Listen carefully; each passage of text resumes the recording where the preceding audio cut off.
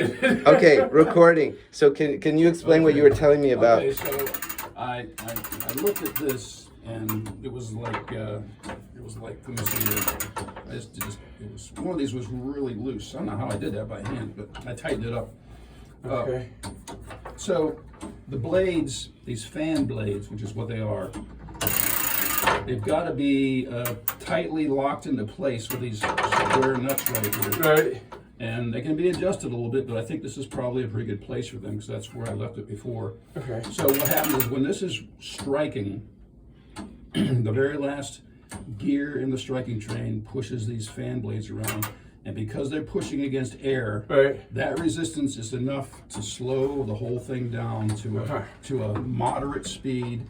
Otherwise, if this apparatus wasn't on here, it would run really fast, and all the weight that's on there would be pulling really hard, and it would ring the bell really fast, and when it came to the end of the striking sequence, this would bash into this like it does all the time anyway, but it would really be going fast.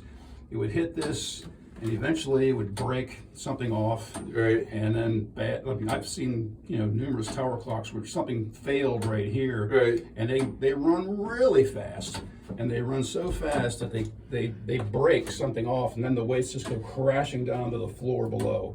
So this is really important that these blades do not get so, because one of these was so loose that it was just spinning around here. Wow. It's got to be held in place like that. So that was the point of that little dissertation. Okay. What, good. Thank you. what I was Hot saying. air did have actually It takes hot air. Well, it takes hot air. What I was saying to David is that this clock is made out of, I guess, cast iron, steel, cast iron, glass, and steel. yet it needs air resistance.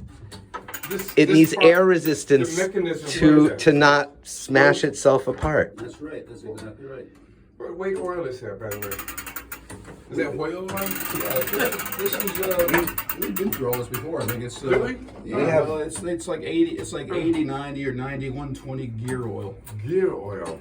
Synthetic gear oil. Synthetic gear oil. You buy it at an auto repair place. Yeah. Supposedly, because it's completely synthetic, it doesn't evaporate, and it doesn't lose its viscosity when it gets really hot, and it doesn't gum up when it gets really cold. It just kind of stays the same, which is what you want. Mm-hmm. Otherwise, the oil would get thick and gummy and pick up dust and collect it in all these little bushings, and pretty soon you'd have this gummy, dried up mess on your hand. It would have other problems then.